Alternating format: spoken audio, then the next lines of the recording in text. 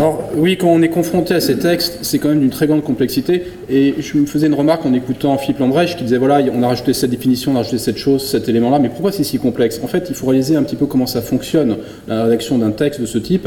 En fait, chaque État membre veut mettre dans la directive ou dans le règlement sa petite expérience personnelle qui lui réglerait son problème spécifique. Et donc, en fait, beaucoup de dispositions arrêtées sont, quand Philippe en parlait, je voyais quelques dispositions, je peux me dire, voilà, ça c'est le droit anglais en réalité, qui est mis dans le règlement. Ça vient de la France, ça vient de tel ou tel endroit. Donc à la fin, on a une sorte de plat qui est présenté avec un menu où on a un morceau, on a les frites belges, on a le canard français, et puis on a la gelée anglaise qui est servie en dessert.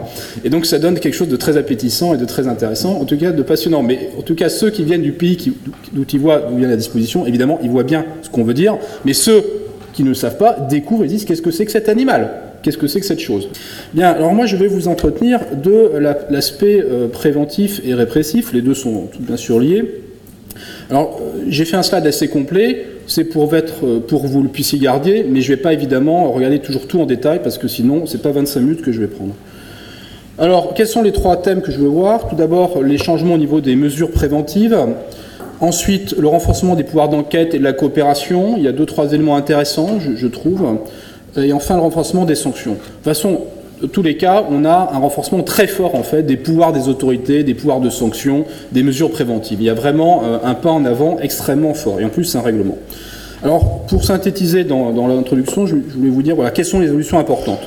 Bien, tout d'abord, vous avez donc un renforcement des sanctions administratives, et en fait qui sont quasiment alignés sur ce qu'on a dans le domaine de la concurrence. Émile Paulis, en fait, était venu du droit de la concurrence, DG Concurrence, il est arrivé ici, qu'est-ce qu'il a découvert? Mais qu'est-ce que c'est que ça? Vos sanctions sont ridicules. Hop, on va mettre les sanctions de droit de la concurrence. Donc voilà, pour interpréter, pour regarder ce côté-là. On a aussi un renforcement significatif des pouvoirs d'enquête et de coopération des régulateurs. Alors ensuite, quelles sont les évolutions importantes? Alors tout ça, c'est quelque chose qui est plus discuté. Là, on est dans le trilogue actuellement, donc on ne sait pas très bien ce qui va en sortir, mais c'est pas discuté. Qu'est-ce qui est vraiment discuté actuellement? Vous avez 4 points qui sont discutés. Est-ce qu'il faut imposer la dualité sanction pénale et administrative, ou est-ce qu'il faut avoir simplement sanction pénale ou administrative? Est-ce qu'on peut encore garder un choix? Donc ça, c'est le débat. Le Conseil veut rester à l'état du droit antérieur. On aurait le choix entre la sanction administrative ou pénale si on préfère mettre du pénal. La question du non-cumul des sanctions administratives et pénales, ça c'est une question qui apparaît en permanence dans les débats devant le Parlement européen, plus qu'au niveau du Conseil, et chacun a sa petite idée là-dessus, et donc chaque comité du Parlement européen arrive avec sa propre solution, qu'il met, pour rendre les choses plus simples, soit dans la directive, soit dans le règlement, donc tout ça devra être harmonisé au niveau de la discussion. Un autre thème qui fait l'objet de beaucoup de discussions, notamment au niveau du Conseil, mais aussi du Parlement, c'est la question du signalement des violations. Donc tout ce qui est le whistleblowing, et la question de savoir si on peut avoir des incitations financières sur ce thème. C'est quelque chose de nouveau par rapport à ce qu'on avait dans l'ancienne directive. Et donc c'est quelque chose qui pose beaucoup de problèmes au regard en fait de la protection des droits, à la fois de celui qui va être le whistleblower et aussi de celui qui va être victime en quelque sorte du whistleblowing. Et après la question de savoir est-ce qu'il faut des incitations financières, des États disent il n'en est pas question. Ce n'est qu'une possibilité, mais ils veulent que ce soit rendu clair. Enfin, dernière chose, un élément très important aussi, c'est la publication obligatoire des décisions de sanction. Alors je sais qu'en Belgique, maintenant c'est le cas, en France c'est aussi le cas depuis 2010, mais c'est pas le cas partout. Il y a une évolution dans les États membres pour aller vers ça, et ça pose aussi des questions importantes de quels sont les délais qu'il faut respecter, quelles sont les exceptions qu'on va faire. Et en fait, donc la Commission est arrivée avec une position assez forte, et le Conseil traîne beaucoup des pieds là-dessus, ou plus exactement veut développer les garanties de la personne dont le nom sera publié. Quelles sont les causes de cette évolution? On a le Single Rule Book, donc c'est pour ça qu'on a un règlement. La Commission veut des normes uniformes au niveau européen. L'influence que vous trouvez sur ces règlements, vous le trouvez dans la communication de la Commission du 8 décembre 2010 sur les sanctions dans le secteur financier, donc une communication transversale qui couvre à la fois le droit boursier, le droit bancaire et le droit des assurances. C'est là en fait la matrice qui a servi ensuite, qui ensuite se développe dans abus de marché, mais aussi dans toutes les autres directives où il y a des sanctions. Et enfin, vous avez aussi le constat qui avait été fait par l'ESMA, mais qui est ancien en fait, qui remonte aussi à César, qui est en fait que le régime des sanctions au niveau européen est extrêmement variable. Dans certains pays, vous risquez jusqu'à 100 € d'amende pour certains actes, oui, 100 € d'amende. Dans d'autres, c'est illimité, comme au Royaume-Uni. Les peines de prison varient. Parfois, il n'y en a pas. Parfois, c'est quelques jours. Parfois, c'est 10 ans. Donc il faut bien choisir son pays. Alors après, il y a l'application, il faut voir ensuite si c'est vraiment appliqué. Mais bref, c'est très très dévarié, et la Commission dit, voilà, le single rulebook n'est pas vraiment appliqué, parce que finalement, vous n'avez pas les mêmes sanctions sur les États membres. Position générale du Parlement, et notamment du comité Econ, ils veulent un renforcement des pouvoirs de sanction et des pouvoirs de l'ESMA et du Parlement, c'est logique, donc ils poussent encore plus vers les sanctions. Position générale du Conseil, je dirais que le Conseil, lui, cherche plutôt à modérer les enthousiasmes du Parlement, donc plutôt moins que le Parlement, mais plus que la Commission quand même, et très attentif aux questions d'atteinte au respect de la vie privée. Donc voilà, maintenant je vais voir les trois thèmes. Donc les mesures préventives, qu'est-ce qu'on a ? D'abord, la question de la publication par l'émetteur des informations privilégiées. Si vous vous rappelez bien de MAD, donc la première directive abus de marché, qu'est-ce qu'elle disait ? Elle disait, il y aura, dès qu'il y a une information privilégiée qui naît, qui apparaît, elle doit être révélée au marché, immédiatement. Immédiatement. C'est l'idée de l'unité, en fait, de la double fonction de la notion d'information privilégiée. C'est à la fois une définition qui est utilisée pour savoir s'il y a eu un délit d'initié, et c'est une définition qui est utilisée pour savoir si l'émetteur doit communiquer au marché. Cette question a posé un tas de problèmes. Pourquoi ? Parce que les émetteurs disent, oui, mais du coup, les informations privilégiées, elles apparaissent très tôt, éventuellement. Et donc, je suis obligé d'avoir une exception pour pouvoir ne pas la publier immédiatement. Et donc, ça crée une insécurité juridique. Donc, j'aimerais qu'on ait en fait deux notions. La notion d'information privilégiée d'un côté, et puis de l'autre, la notion d'information que je dois publier, et qu'en fait, que je pourrais publier plus tard. Et donc, sans avoir à faire jouer les exceptions. Eh bien, manque de chance, non seulement c'est pas la direction que prend le règlement, mais même c'est pire, en fait. Parce qu'il y a le fameux article 6.1e. Qu'est-ce qu'il dit ? En fait, qu'est-ce que c'est ? C'est la jurisprudence de la FSA britannique. Donc la FSA a demandé que ce soit mis dans le règlement, enfin, je le déduis, où en fait, elle dit, et dans le cas de la FSA dit, bon, et donc il y a la notion d'information privilégiée, mais il y a aussi la notion d'information qui est pas précise. Voilà, elle n'a pas besoin d'être précise, mais il faut simplement qu'elle soit susceptible d'influencer le cours des instruments financiers de manière sensible. Donc c'est une information privilégiée qui est réduite à un seul élément. Est-ce qu'un investisseur raisonnable estimerait que ça peut influencer le cours ? Donc c'est une information privilégiée allégée, donc qui va naître encore plus tôt. Alors la Commission a vu le problème, donc ils ont dit dans l'article 12, oui, alors dans ce cas-là, ça ne crée pas une obligation de révéler au public. Oui, mais c'est pas seulement ça le problème, c'est qu'on a un deuxième, c'est que les émetteurs, en fait, ils ont en permanence des contacts avec les analystes financiers, les journalistes. Et donc, ils vont leur communiquer des informations qui ne seront pas des informations privilégiées au sens classique, mais qui vont l'être au sens FSA, article 6.1e. Et donc, ces personnes-là en fait, ça sera une communication d'initié, qui sera illicite. Et donc, qu'est-ce que ça va avoir comme effet ? C'est-à-dire que toute l'information libre qui est envoyée, en fait, vers le marché, en dehors de l'obligation posée par la loi, et qui peut ressembler à une information d'initié, va être coupée net. Donc c'est une catastrophe, en fait. Quand j'ai comparé avec le régime anglais est un peu différent, et donc, si bien qu'il n'y a pas cet inconvénient. Parce qu'il y a une clause de sauvegarde, en fait. Mais elle n'est pas dans le règlement. Donc, résultat, ce texte-là doit être soit éliminé, soit amendé pour être mis totalement dans le régime anglais. Alors que, justement, le Parlement européen a vu le problème, donc il veut modifier la définition et dire à ESMA, vous allez vous définir comme ça va régler le problème, et le comité jury veut le supprimer. Le Conseil européen veut le supprimer. Moi, je serais partisan de la suppression totale, mais ça implique de faire des malheureux outre-Manche. La double fonction, donc je vais passer encore là-dessus. Donc vous avez l'élément classique, hein, notez pas parce que là, sinon je vais passer trop de temps. Vous avez donc l'élément classique qui vient de la directive MAD, on s'est conservé en fait, il n'y a pas de changement particulier. Alors, par contre, voilà, le règlement, la Commission a refusé de faire droit à la demande en fait des émetteurs, de dire voilà, il faut deux notions séparées, une pour le délit d'initié, l'autre pour l'information du marché. Donc ils ont dit non. Pourquoi ? Parce que César non plus ne veut pas. César ou l'ESMA maintenant, ce sont les régulateurs, eux, ils veulent être sûrs de pouvoir capturer le maximum de cas de figure. Donc plus il y a d'informations privilégiées, plus le marché est protégé. C'est logique, je ne rejette pas la pierre, mais bon, il y a aussi des questions d'équilibre. Alors il y a eu 2-3 éléments qui sont mis dans le texte, mais qui à mon avis n'ont rien changé du tout en fait au problème. Donc c'est un refus. La question de l'obligation de publier des informations privilégiées, donc dès qu'elles naissent, maintenant il y a une extension, comme l'a dit Philippe Lambrecht, on a en fait une extension vers les marchés MTF et OTF. Voilà. Dès lors que vous avez demandé d'y être coté. Donc c'est plus seulement applicable aux marchés réglementés, c'est également étendu. Alors en réalité, c'est une révolution, et puis non, pas vraiment, parce que par exemple pour les MTF, très souvent dans les États membres, ça avait été déjà étendu vers les MTF. Donc bon, de ce point de vue-là. Par contre, les OTF, c'est autre chose. C'est la nouvelle notion, donc ça s'étend assez largement. Vous avez un régime allégé pour les émetteurs, pour ce qu'on appelle, qui sont sur le SME Growth Market. Bon, les SME Growth Market, les marchés de PME de croissance, c'est la dernière idée de la Commission pour dire, voilà, il faut aider les petites entreprises. Donc, on va créer un marché spécifique. Et sur ce marché spécifique, il y aura des règles spécifiques. Et donc, notamment, des obligations moins lourdes en matière de transparence. Ensuite, le droit de différer l'application d'informations privilégiées, ben là, c'est niet. Donc, la Commission a gardé l'ancien régime. Donc, l'ancien régime, qu'est-ce que c'est? C'est le fait que l'émetteur doit avoir un intérêt légitime à publier immédiatement, il faut qu'il puisse assurer la confidentialité de l'information, et puis la dernière condition, celle que j'aime beaucoup, c'est celle qui dit il ne faut pas que le fait de ne pas être publié trompe le public. Ben, si on ne trompe pas le public en ne publiant pas ce qu'il a besoin de savoir, c'est impossible. Donc forcément, évidemment, on trompe le public. Mais la Commission, très courageusement, je dois dire ici, a refusé d'adresser le vrai problème. Quand on regarde MAR et le Parlement, en plus, il y a d'autres choses qui sont rajoutées.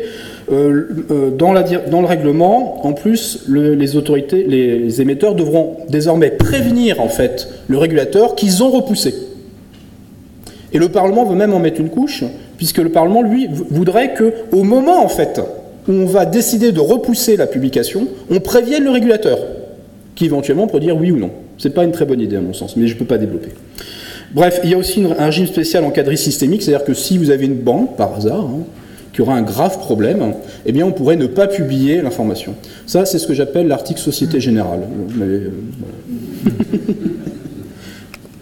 Les autres mesures préventives. Les listes d'initiés. Alors, les listes d'initiés, c'est quelque chose qui existait déjà, alors que les modifications ne sont pas très importantes. Bon, on étend aussi aux MTF et aux OTF. Vous avez des exemptions aussi pour les PME. Pourquoi? Parce que liste d'initiés, à mon sens, ça ne sert pas à grand-chose en réalité. Alors pour les PME, on en a conscience. Alors pour les PME, on dit alors ça ne sert à rien, donc ils les feront sur demande. Alors si ça ne sert à rien, il faut être logique. Il faut aussi l'enlever chez les autres. Bon, voilà. Mais bon, c'est difficile d'enlever quelque chose qui a été déjà mis dans un règlement ou une directive. Il y a quelque chose d'intéressant, ça va nous donner du travail aux universités. L'obligation pour les personnes figurant sur la liste de connaître les obligations légales. Donc, on va être prié de faire, c'est le Conseil Parlement qui veut mettre ça, on va être prié de faire des cours à ceux qui sont sur les listes pour leur expliquer les subtilités de l'article 6, 1, A, B, C, D, etc. C'est un nouveau business, hein, mais je vois que les avocats sur ma gauche sont déjà en train de sourire. Bon, on va faire un joint venture.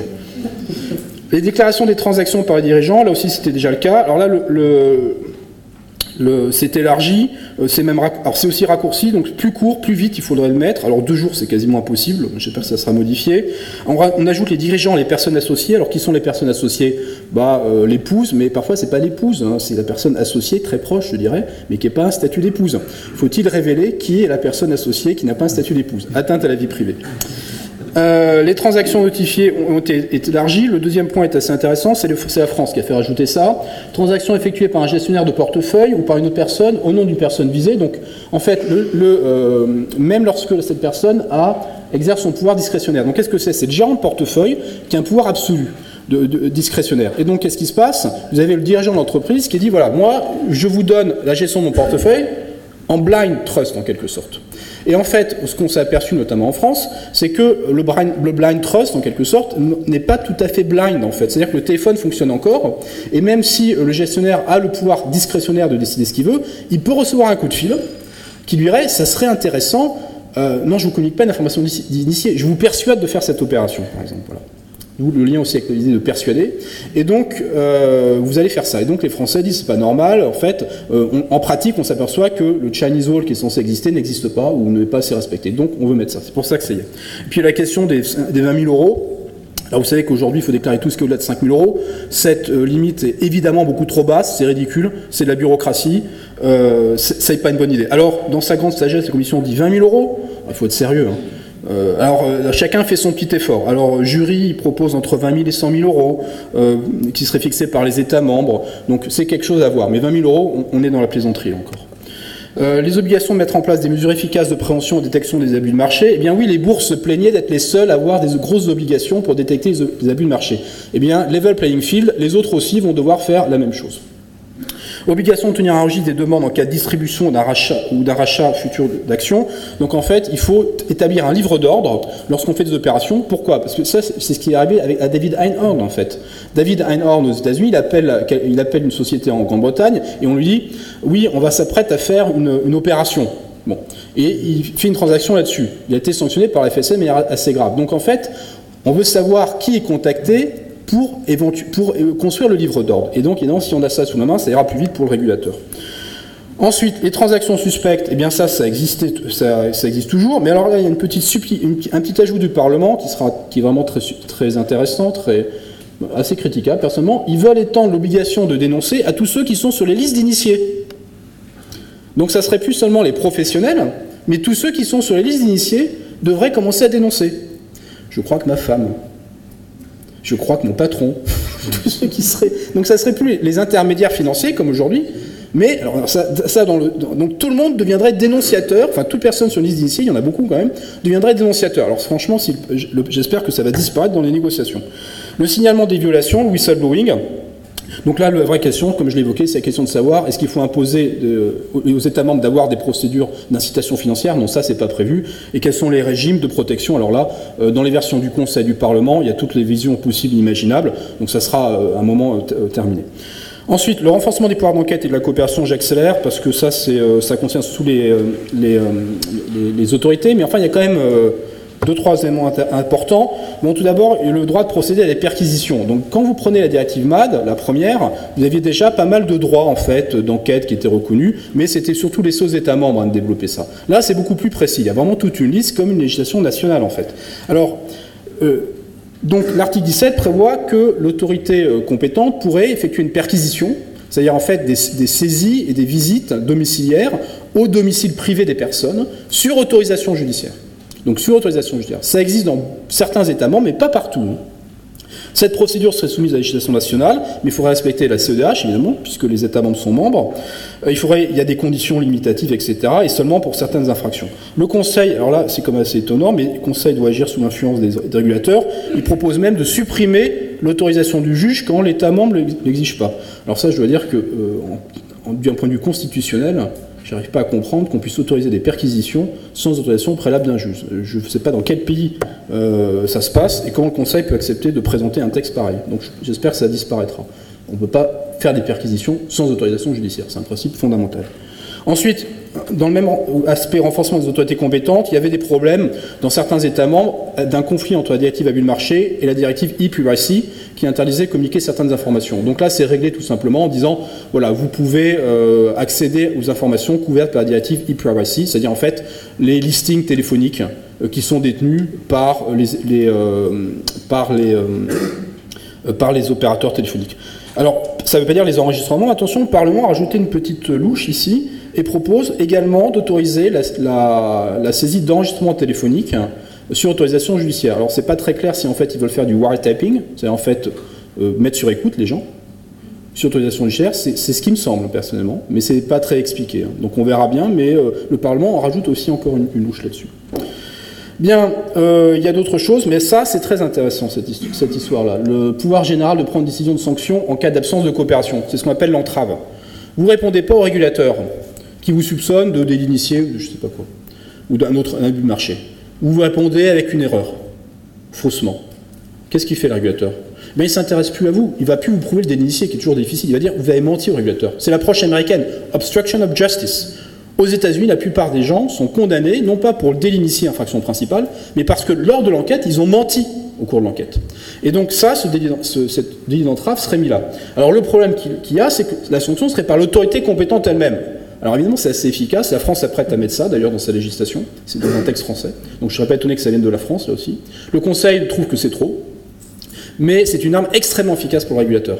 Parce que il suffit après de prouver uniquement que la personne vous a menti, plutôt qu'à vous embêter à prouver qu'il y a bien eu un délit initié, qu'il y a bien eu communication, etc. Il suffit de prouver le mensonge. Donc c'est assez intéressant. Bien, ensuite, la coopération internationale, j'accélère, parce que sinon je vais trop déborder. Mais grosso modo, l'idée dans tous ces éléments, c'est que ça va marcher, ça marche déjà très bien en réalité. Donc, objectivement, ça marche très bien. La coopération internationale au sein de l'Europe, ça marche très bien. C'est pas un problème, mais ça va être rendu encore plus efficace. Alors notamment à quelque chose qui est quand même assez incroyable du point de vue du droit national public, mais qui montre le degré d'intégration qu'on est en train d'atteindre en Europe, c'est qu'en fait, l'autorité qui a demandé une information, qui a demandé une enquête, pourra la mener elle-même, éventuellement. Pourra la mener elle-même dans l'autre pays. Donc des enquêteurs luxembourgeois pourraient venir à Bruxelles. Alors évidemment, il faut que ce soit autorisé par l'autre autorité, Mais ça veut dire qu'on pourra avoir des actes, disons, de police en réalité, faits par des autres autorités, avec l'accord de l'autorité. Jusqu'à présent, qu'est-ce qui se passait? Il fallait, en fait, c'était l'autorité qui avait demandé pouvait participer, c'est-à-dire assister, en fait, poser des questions éventuellement, mais elle n'avait pas le pouvoir de le faire elle-même. Là, elle aura le pouvoir de le faire elle-même. Et en plus, il y a des problèmes, ESMA interviendra pour régler les problèmes. Bon, je passe sur ça. L'ESMA a plus de pouvoir, donc l'ESMA pourrait éventuellement elle-même décider une inspection, alors que ESMA n'est pas en principe une autorité de supervision, c'est une autorité de réglementation. Mais on voit bien que ça évolue en fait. Et par ailleurs, ESMA pourra taper sur les doigts de ceux qui refuseraient de coopérer en disant « je ne communique pas l'information ». D'ailleurs, aujourd'hui, dans le texte du règlement, il n'y a plus aucune raison pour ne pas communiquer l'information. Les 3 raisons traditionnelles ont été éliminées. Donc il n'y a plus aucune raison. Et donc simplement, si c'est lent, si c'est pas rapide, si on sent qu'il y a un problème, eh bien on va lever le doigt, on va voir ESMA, qui ESMA, dans le cadre des règlements différents, dira vous êtes en tort, vous devez communiquer l'information. Bien, le renforcement des sanctions, voilà le meilleur pour la fin, si je puis dire. Alors, quelles sont les questions qui se posent? Tout d'abord, la question du non-cumul des sanctions administratives au niveau européen. Alors, le règlement prévoit qu'il faudrait, mais il n'en fait pas une obligation, que les régulateurs se coordonnent pour ne pas sanctionner 2 fois la même personne pour les mêmes faits. Alors aujourd'hui, je ne sais pas si en pratique ça arrive véritablement, mais bon, c'est théoriquement possible. Donc c'est un principe non bis in idem, en fait, qu'on veut développer au niveau européen, mais on dit c'est sur une base de best effort. C'est pas quelque chose de contraignant, mais c'est cette idée que voilà. Alors pourquoi ça devrait jouer? Parce qu'en fait, beaucoup d'affaires, les affaires sont transnationales en réalité. Et en plus, quand vous prenez comme disait Philippe Lambrecht tout à l'heure, si vous prenez le texte de Mar, et c'était déjà le cas de MAD en fait, on a multiplié les rattachements juridictionnels. Donc en réalité, si une infraction est faite par téléphone de Paris et que le marché est à Bruxelles et que l'ordre passe éventuellement par un tiers qui est basé à Londres, vous avez 3 autorités qui sont capables de dire j'ai que juridiction. Et chacune pourra dire je vais le faire. Donc 3 autorités qui peuvent faire des sanctions. On a multiplié les rattachements juridictionnels pour être sûr qu'il n'y aurait pas de vide en fait. Mais le problème c'est que vous pouvez vous trouver avec 3 autorités qui vont dire ben moi je vais le sanctionner. Et je ne suis pas tenu d'appliquer le non bis idem de l'autre. Donc c'est mis dans le règlement. Ensuite, la question du non-cumul des sanctions administratives et pénales au niveau national. Alors ça, c'est un gros problème. Mais finalement, qu'est-ce qu'on a? Vous avez en fait ceux qui autorisent le cumul et qui sont, je qualifierais, de pratiquants. Ils pratiquent le cumul. Et c'est 15 États sur 27, dont la Belgique. Vous en avez 10 à 11 selon qu'on applique, selon que c'est les opérations d'initiés ou les manipulations de marché, qui disent on peut autoriser le cumul, mais en pratique, ils ne le font pas. Donc vous avez quasiment la totalité des États qui en fait autorisent le cumul. Bon, le règlement et le Parlement, le Conseil voudraient en fait éliminer un peu ça et traiter la question du cumul. C'est extrêmement délicat. Je pense que ça devrait être plutôt traité au niveau national qu'au niveau du règlement. Donc on dit c'est scandaleux, c'est pas normal, parce que ça, ce discours, qu'est-ce que je l'ai entendu en France hein. Oh là là, c'est malheureux. Non, en fait, c'est traité très facilement. Comment on fait? Il suffit de dire la sanction administrative s'impute sur la sanction pénale. Donc la sanction pénale ne sert plus qu'à sanctionner par une peine d'emprisonnement, et c'est tout. Et il y a eu 2 cas en France en 30 ans. Alors, les pouvoirs déjà existants sont renforcés, mais il y a des pouvoirs nouveaux, donc notamment la possibilité d'une interdiction provisoire, le Parlement en veut même permanent, par l'autorité compétente de membres de l'organe de direction d'une entreprise d'investissement ou toute autre personne physique qui a des fonctions dans l'entreprise d'investissement. Vous avez également la suspension temporaire 2 ans en cas de récidive pour toute activité de négociation quand il y a eu des abus qui ont été constatés. Les sanctions pécuniaires. Alors là, c'est vraiment, on passe au sérieux. Alors par rapport à la Belgique, la Belgique avait déjà un régime relativement rigoureux, mais là, on passe à quelque chose de beaucoup plus dur. Qu'était le régime auparavant? Auparavant, le régime était un régime général qui disait les États membres doivent adopter des sanctions qui soient effectives, dissuasives et proportionnées. Pourquoi? Parce que c'est un vieil arrêt, enfin un ancien arrêt de la Cour de justice qui dit voilà, le droit européen doit être appliqué de manière effective, dissuasive et proportionnée. Alors maintenant, qu'est-ce qu'on a? On aura 2 choses. Tout d'abord, s'il y a un profit, au minimum 2 fois le profit réalisé, les États membres doivent prévoir dans leur législation nationale. Donc ici, on a des dispositions qui sont en fait un règlement, mais qui sont rédigées comme une directive. Donc attention à la distinction règlement-directive. Vous avez dans les règlements des dispositions de type directive. Des dispositions qui disent l'État membre doit au minimum prévoir une sanction de ce montant-là. Donc la sanction minimum que doit prévoir l'État membre, c'est 2 fois le profit réalisé. Et donc après, le juge n'est pas obligé de fixer 2 fois. Hein. Le juge national, il peut mettre 1,5 fois, 1 fois, bref. Le Parlement, bien sûr, en rajoute 10 fois le profit réalisé dans les États membres. Donc on verra, ils vont peut-être se mettre d'accord sur 5. on verra bien. Quant aux personnes physiques, au minimum c'est 5 millions d'euros, donc on a aussi des sanctions lorsqu'il n'y a pas de profit, ou éventuellement, même s'il y a un profit, c'est pas clair du tout dans le règlement, ça sera une question qui devra être tranchée, ou sinon au niveau des États membres. Si c'est une personne morale, jusqu'à 10% du chiffre d'affaires. Ceux qui ont fait un peu droit à la concurrence se rappellent quelque chose. 10% du chiffre d'affaires, c'est monsieur Émile Paulis, et le régime qu'on a en droit à la concurrence. Donc on va le passer également. Le Conseil trouve que ça peut être un peu élevé, le Parlement trouve que c'est pas assez, donc il veut mettre à 20%, pourquoi 20% 20% c'est fou. Qu'on compare au droit à la concurrence, c'est quand même déjà assez effectif. Alors le Conseil, lui, trouve que c'est trop. Il dit, entre 2 et 10 selon les États membres, et puis sinon des sanctions plus spécifiques. La publication obligatoire, ça c'est une question très très importante, parce que la publication de la sanction, c'est parfois la sanction. Parce que pour une entreprise, ou même certains dirigeants, payer une certaine somme n'est pas forcément un problème. Vous avez parfois des dirigeants qui sont sanctionnés qui sont des milliardaires. Donc la sanction, ça ne va pas les arrêter. Ça ne va pas être dissuasif. Par contre, que leur nom soit mis avec une sanction à la liste des faits qu'ils ont commis, ça, oui, ils se battent beaucoup. Et ça, tout le monde le sait, tout le monde ici dans le secteur bancaire ou financier, c'est ça le vrai problème. Là, ça deviendrait obligatoire. C'est donc très très lourd. Et donc il y a des questions de droit d'atteinte à la vie privée, etc. Le règlement est très très, directif là-dessus. Il propose la sanction, publication de la sanction, sauf des cas très limités d'exemption. Donc en France, il y a ça depuis assez longtemps, quasiment ça ne joue jamais. Vous n'arrivez jamais à obtenir la non-publication. Il faut vraiment un cas exceptionnel pour l'obtenir. En Belgique, je ne sais pas comment ça se passe. Le Parlement dit, en plus, le Parlement rajoute une couche, il dit les seuls cas où on pourra ne pas publier le nom, ça sera uniquement pour les personnes physiques, mais les personnes morales, ça sera systématique, donc même pas d'exception pour les personnes morales. Donc si vous êtes une banque sanctionnée, il n'y aura aucune exception possible à la publication de la sanction, seulement si vous êtes une personne physique, parce qu'il y a une question de vie privée. Et par contre, le Conseil, là, a développé, alors il y a eu 7-8 versions, ça change à chaque fois qu'il se rend compte, il y a une nouvelle version, mais le Conseil propose d'avoir quelque chose de beaucoup plus, un peu pondéré, assez proche de ce qu'il y a en Belgique, en fait, actuellement, assez proche de ce qu'est le droit belge actuellement. Donc on verra bien. Je trouve que ce que propose le Conseil est assez, est un bon équilibre, est un assez bon équilibre. Par exemple, en France aussi, c'est la version actuellement qui est la version du règlement, mais en réalité, en pratique, la pratique est différente et c'est assez proche aussi de ce qu'est en train de faire propose le Conseil. Donc le Conseil, ce serait pas mal. Enfin, les sanctions pénales. Premier problème évoqué déjà par Philippe. Oui, alors on parlait du statut juridique. Là, c'est la première fois que la Commission européenne va utiliser un pouvoir qui lui vient du traité de Lisbonne, qui est d'harmoniser le droit pénal au sein des États membres. Pour pouvoir l'harmoniser, il faut établir que le rapprochement des dispositions en matière pénale est nécessaire afin d'assurer la mise en œuvre efficace des mesures d'harmonisation. Donc ça veut dire qu'il faut d'abord qu'il y ait déjà eu des mesures d'harmonisation et qu'ensuite qu'il y ait des mesures pénales qui soient nécessaires pour réaliser véritablement cette harmonisation et donc prouver que les États membres n'y arrivent pas eux-mêmes. Alors au niveau du Conseil, ça ne pose pas vraiment de problème. Parce que, en fait, dire qu'on va sanctionner pénalement les initiés, c'est pas un problème. Et puis en plus, en pratique, il y en a, la sanction sur les initiés ou les manipulations de marché pénal, c'est dans 24 États sur 27. Donc c'est quasiment tous. Donc ça concerne grosso modo la Bulgarie et la Scandinavie. Voilà. Donc, mais bon, ils font de la résistance et je respecte aussi totalement leur position. Bon, par contre, il y a d'autres États qui n'aiment pas ça parce qu'ils disent oui, le problème c'est pas qu'on mette du pénal, le problème c'est que ce soit l'Europe qui mette du pénal. Et ça, c'est la position du Bundesrat qui dit vous n'avez pas la base juridique de le faire. Donc ça promet éventuellement un contentieux devant la Cour de justice. Champ d'application quasiment identique à celui du règlement. Je passe sur ça parce que Philippe Lambrecht l'a regardé également.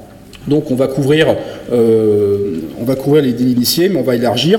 Je passe aux sanctions. Alors, le texte dit, l'article 6, il faut que les sanctions pénales contre les personnes physiques soient effectives, proportionnées et dissuasives. Donc c'est la vieille formule qu'on a remis là. On n'ose pas, la Commission n'ose pas tout de suite dire voilà, c'est ça les peines d'emprisonnement, mais le Parlement n'est pas arrêté pour ça. Le Parlement réclame une peine maximale d'au moins 5 ans d'emprisonnement qui serait mise dans la directive. 2 ans d'emprisonnement pour la communication d'initiés, et puis la publication obligatoire annuelle des sanctions pénales, donc exactement le même régime que dans MAR. Responsabilité des personnes morales. Les personnes morales seraient responsables pénalement pour les abus de marché, à nouveau. Là, ça pose d'autres problèmes. D'abord, parce qu'il y a la responsabilité pénale lorsqu'ils sont acteurs, et responsabilité pénale pour défaut de surveillance. Donc la société qui aurait mal surveillé en fait ses dirigeants ou un de ses employés pourrait être condamnée pénalement. Le problème qui se pose ici, c'est qu'en fait, la responsabilité pénale des personnes morales n'est pas prévue dans tous les États membres. Donc ça implique un changement assez fondamental chez certains États membres. Quant à l'Angleterre, pour eux, c'est pas un problème parce qu'ils sont en fait, ils ont le droit de opter à l'intérieur s'ils veulent ou pas. Ça relève d'un domaine dans lequel ils ont une exception. Voilà, pour conclure donc, qu'est-ce qu'on peut dire ? Eh bien, on a une tendance extrêmement nette, mais qui n'est pas surprenante parce qu'on l'a déjà vu au niveau des États membres en réalité, depuis la crise, au renforcement des sanctions et à l'exercice effectif. Donc la question, c'est plus vraiment en fait de se dire est-ce qu'il y a des sanctions suffisantes, mais même est-ce qu'elles sont effectivement appliquées en fait. Et c'est à ce niveau-là que ça a déclenché, disons, le retour de bâton de la Commission.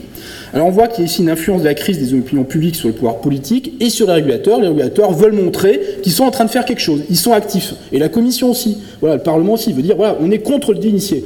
Mais j'ai jamais entendu quelqu'un qui me dit je suis pour moi le délit initié. Bon, à part quelques universitaires aux États-Unis qui pensent que ça aide le marché. Mais donc tout le monde est favorable. Mais après c'est une question de mesure, de degré. Il y a aussi des influences intra-européennes et extra-européennes. Le Royaume-Uni depuis 2008 a quitté le light touch et beaucoup plus sévère à l'égard des initiés. Avant, personne n'allait en prison en Angleterre. Maintenant, c'est le cas. Donc le Royaume-Uni, qui donne le ton beaucoup en matière de réglementation financière, a changé totalement de bord. Et donc, forcément, ça a un impact sur le reste de l'Europe. Et même aussi, en dehors de l'Europe, le FMI réclame des sanctions. L'Europe est d'ailleurs actuellement fait l'objet d'un FSAP, donc d'un Financial Services Assessment Program. Donc ils sont en train de regarder quels sont le régime en Europe. Donc l'Europe est regardée aussi, donc ça pousse à ça. Et puis il y aura aussi une convergence. Pourquoi ? Parce que le César, depuis très longtemps, se plaint du fait de dire que voilà, dans certains États il n'y a pas de sanctions, dans d'autres il y en a beaucoup, et on sent bien derrière en fait les exercices techniques de César et maintenant l'ESMA qui disent voilà la situation, qui ne sont pas contents, qui estiment que ça devrait être beaucoup plus harmonisé, qu'il y a un problème. Donc il y aura une évolution très forte. Au niveau des textes, mon sentiment profond, c'est que malgré cette évolution des textes, qui d'abord ne va pas concerner tout, les cultures nationales, les traditions juridiques nationales sont très très fortes.